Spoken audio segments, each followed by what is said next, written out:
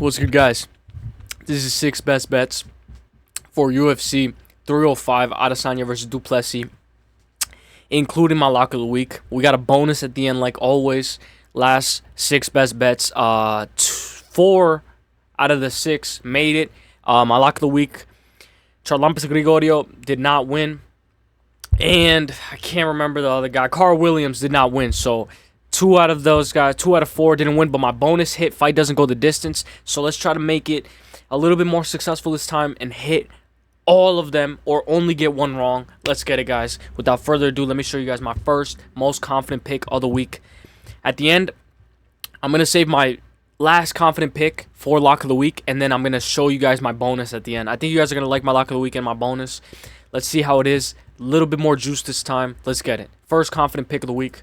Kenan Song, 21-8-0. He faces off against his opponent, Ricky Glenn, guys. When we look at this fight, he has fought notable opponents. He's fought guys like... He's a minus 200 over Ricky Glenn, who's a plus 154. Kenan Song has fought Israel Adesanya, and this is how it went for him. In my opinion, though, he's faced way more tougher competition. I know I just showed him getting knocked out. This is what Ricky Glenn had to say in an interview. So for me to make 55 anymore is just kind of ridiculous. He's going up in weight. I'm just not going to do it. And maybe that's part of the reason why I wasn't performing as well in my last couple fights. It's the stupidest thing, too, because, like, ever since I started fighting, like, right away, like, don't hesitate. I hesitated, and the Judober fight. Jagos, like, I threw an uppercut and a hook, and I should have thrown a cross and a hook, or I should have stepped in harder. And then with Dober, like, they're both beasts. Not taking anything away from them. He's talking about what he could have done. Clipped him a couple times with my cross, and I should have came forward harder. Or little things like that. Or maybe cutting too much weight. Live and learn, and definitely don't want to hesitate in this fight. So he thinks he's going to do way better this fight. Weight, so that should hopefully help. What do you think of your opponent, Kenan Song? Do you feel like you're going to hold a significant advantage over him in one area? I think so, and he probably knows it. Like, I could out grapple him, I believe. I know he's a good striker. He's got some power. I got to watch out for his cross and his hook. Me being opposite stance, he's probably going to really look for the left hook. He doesn't really try to do too much on the cage. I don't think he's going to try to take me down, but if I'm tagging him up a little bit, he might. He kind of shells up when you start tagging him up, and then he'll shell up, and then he'll explode with his left hook. But yeah, I just got to watch out for his power and let so we'll my see. Stuff go and not hesitate. All right, Ricky Glenn. Next confident pick, guys. Luana Santos, guys. Luana Santos fight week. You know me, guys. I always do this. 4 weeks ago, I did this, guys. She's one of my most confident picks. I can never go wrong. She faces off against Casey O'Neill. Luana Santos is a minus 174. She's going to keep on growing as a favorite, guys. Her opponent, Casey O'Neill, is a plus 136. Right here. Luana Santos fight week, baby. Bro, I do this shit every time, bro. I do this shit every time. Bro, my most confident pick. Let's get it. Let's get it. Let's get it. Luana Santos, guys. If you guys want this guy, shout out to Blood Money. He made a slip where obviously he's putting a shit ton of fucking money, but he's doing money line on Santos. He got her at a minus 155, and it's a good payout. So if you guys want to take Luana Santos just straight up as a money line, you guys can take her. My next most confident pick, guys, my third most confident pick for this week, guys. I think you guys are going to like this one, guys. Remember, my lock of the week is going to be at the end. Minus 162, guys. Josh Coolabah, guys. He fights in Australia this week in Perth. He goes up against his opponent, Ricardo Ramos, who's a plus 126 BJJ master. Josh Coolabah, I want to show you guys his fight against Lerone Murphy. If I could read the caption real quick, Lerone Murphy breaks the Kimura grip between Josh Coolabah's legs and then holds it to land some strikes. The grip was made famous by Road Dogg in the WWF. So this fight was really, really competitive. Fuck, it's not going to focus. It's not going to focus. Okay, this fight was really competitive, bro. Like, really competitive. And I thought that since Lerone Murphy's undefeated in this fight, bro, he did really good against Josh Coolabah. He obviously won this fight. And I got another clip right here where Lerone Murphy drops Josh Coolabah with a kick. But Josh Coolabah has great recovery. And I know it's me showing Josh Coolabah lose, but these are very important fights to look back at because... I know it looks like you probably can't see it because of my screen, but it just touched his stomach. He gets dropped. He got out of his wind, but he knows he's hurt. So he's already still ready. He's not a quitter. That's one thing that I like about Josh Kulabau. Gets a hard kick to the stomach, loses his wind, and then he's still able to recover in this fight and still put up a good fight. He got dropped by Danny Silva, was able to arguably win that fight again. It went to split decision. He lost against Danny Silva, but it shows that he has very good recovery, guys. And even if he gets dropped against his opponent, against Ricardo Ramos, as long as he's not wrapping up in the BJJ, he should be able to win this fight, and he should be able to style on a guy like Ricardo Ramos. Lerone Murphy showed, though, that there's levels to this game, but Josh Kulabau is only going to get better from now.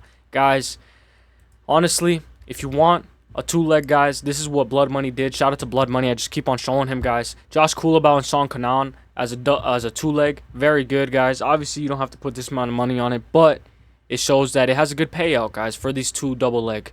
My next most confident pick of the week, guys. My third most confident pick. My fourth most confident pick. Kanan, Luana, Josh, and Carlos Prates, guys. My fourth most confident pick of the week, 19-6-0, guys. This guy is in the bar, smoking darts and chilling with his girl, and now he has to fight. So this Carlos Prates, guys, if you guys know him, he's a beast. He just beat Charles Radke. He goes up against his opponent, who is the Leech. And I hate to say that, bro, because the Leech is a beast. Everybody loves the Leech. Carlos Prates is that dude, man. This is him when he drops Trevin Giles. And then I got some footage of, he has a very good straight left, bro, like crazy. And then I got some footage from Dana White Contender Series, and then from before he went into UFC. So if you see, he's always southpaw, and his long ass left hand is always what lands. Boom. You know how many people he's dropped with that left hand, bro? That guy didn't even want to fucking get up. The weight advantage. Hopefully I don't get no copyright.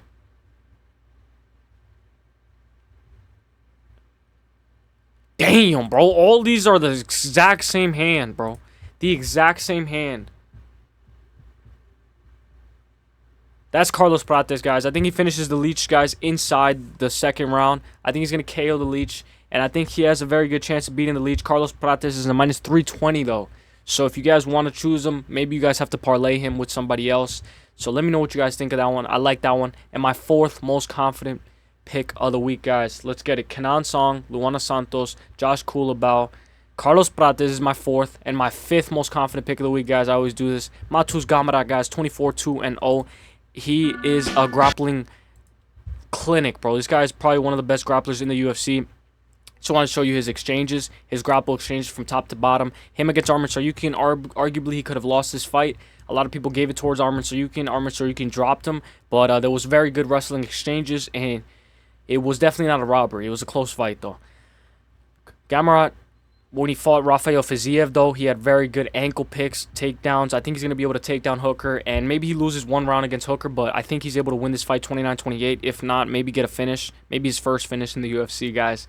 Mateusz Gamrot has the cardio of days, guys, of Merab. This guy has the cardio of Merab. This is the fight that I wanted to show you guys, the ankle pick against... Look at how deep that ankle pick is on Fiziev. Fiziev was never going to deny that takedown, no matter how good his balance is. He actually did deny it. He did deny that takedown, but then it went into another one. Fiziev has great takedown defense, bro. And then they stopped it because the round ended, I believe. Great takedown defense from Fiziev. I think Fiziev got hurt this fight. Yeah, he got hurt this fight bad. We'll see. I can't wait to see Fiziev fight again. Jalen Turner, he got dropped against him. But he has very good wrestling exchanges. He knows how to recover fast and then comes back after getting dropped. Very good wrestler, guys. Mateusz Gamrot is. Always has extraordinary scrambles, guys. And I think he wins this Saturday, August 17th, against Dan Hooker.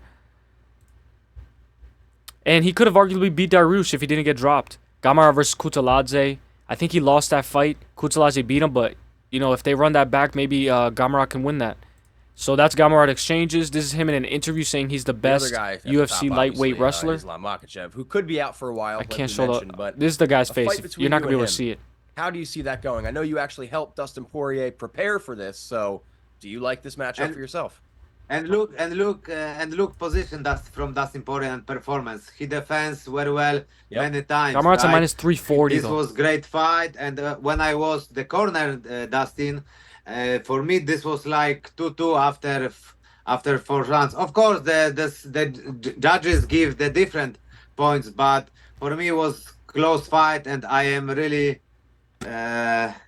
really proud from Dustin that he gives Trains with Dustin Poirier, the fight ATT. like that. But your question was what I thinking about me versus Islam. In my opinion, I am the best wrestler in the lightweight division. Of course, Islam is super high level, and he always Dagestani show versus- the high level still. But if I meet him in the cage, I think he can take me down, but I will, and then this gonna be great, like scramble matchup, you know. So he talks about the scrambles, talks about how he's good, how he thinks he's the best wrestler in the UFC, guys. And let me show you guys my lock of the week, guys. Without further ado, who do you guys think is gonna be? Steve Erceg, bro. Mike Finch, guys. You guys can say whatever you guys want, guys. Steve Erceg versus Kai Kara-France. Steve Erceg is a minus 180. Kai Kara-France is a plus 140. When you look at this fight, guys, I think Steve Erceg is very new to the UFC. My camera's not going to fucking focus. Steve Erceg is very new to the UFC, guys. And he is the undisputed flyweight champion of the world, guys. He beat Alexander Pantoja, in my opinion. He beat him fair and square. And let me show you guys what Steve Erceg has been doing lately. Bro, I cannot fucking get this camera to focus for shit. Let me show you guys. It's because of the light on the screen. It's because of the big-ass, bright-ass light. Let me show you guys what Steve Erceg has been doing lately, guys.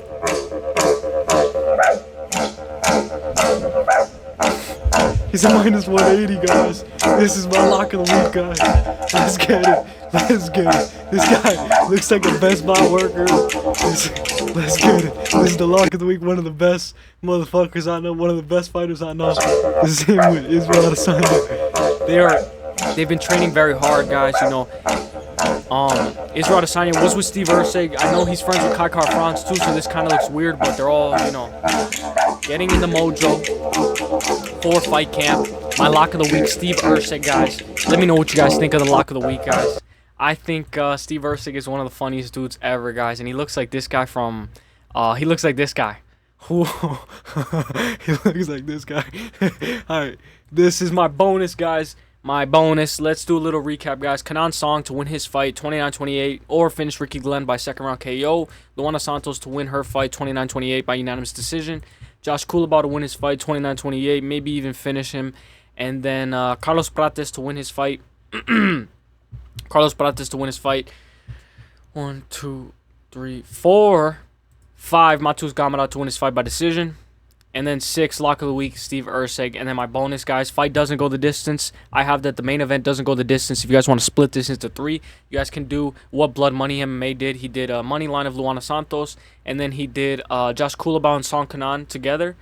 And then you could do whatever you guys want, like fight doesn't go the distance. Me personally, I like Luana Santos, Steve Erceg, Josh Kulabau, Carlos Prates, and fight doesn't go the distance. 5-legger. That's what I like. That's one of my favorites, guys. The only thing they have to take into consideration with this is that Izzy has went to decision against Robert Whittaker, Jared Cannonier, and he went to decision with Strickland. But if you look at DDP's side, who is growing as a favorite, he was an underdog, but now he's like a minus 106, and Izzy's like a minus 122. Other than his Brad Tavares fight, he finished Darren Till, he finished Derek Brunson, and then he finished Robert Whittaker. And then he went to decision with Strickland. Who doesn't go to decision with Strickland? Everybody goes to distance with Strickland. I think somebody gets finished this fight, and I think somebody needs to get finished this fight. I don't see this fight being a boring fest, and I don't see Izzy getting away with just leg kicking and just going. I think this fight ends inside the distance. Somebody's going to get finished this fight. And whether it's the challenger or the champion, I think somebody's going to get a finish and win dominantly in fashion after maybe having a little bit of struggle. But this is going to be a very good fight, guys. Quick little recap again, because I just like to make sure everything's set. Kenan Song to win his fight. Luana Santos to win her fight by decision. Josh Kulabau to win his fight by decision. Carlos Prates, you could just take the money lines, though, to win his fight. Matus Gamrot to win his fight. Lock of the week, Steve Erceg. And then my final pick, fight doesn't go the distance, guys. Let me know what you guys think, guys. Quicker video today because Wednesday, I'm not going to be able to drop this Wednesday, so I'm dropping it Tuesday, guys. Let's get it. Let's get it. UFC 305. It's better that the content drops earlier, so let's get it. My camera didn't want to focus, but let's get it. A little bit of a different video, a little bit of an early video, but let's get it. Let's see what you guys got. Let me know your legs in the comments, and let me know what you guys think. UFC 305, Perth. Let's get it. Steve Erceg, lock of the week. Lock of the week streak begins now. Let's get it.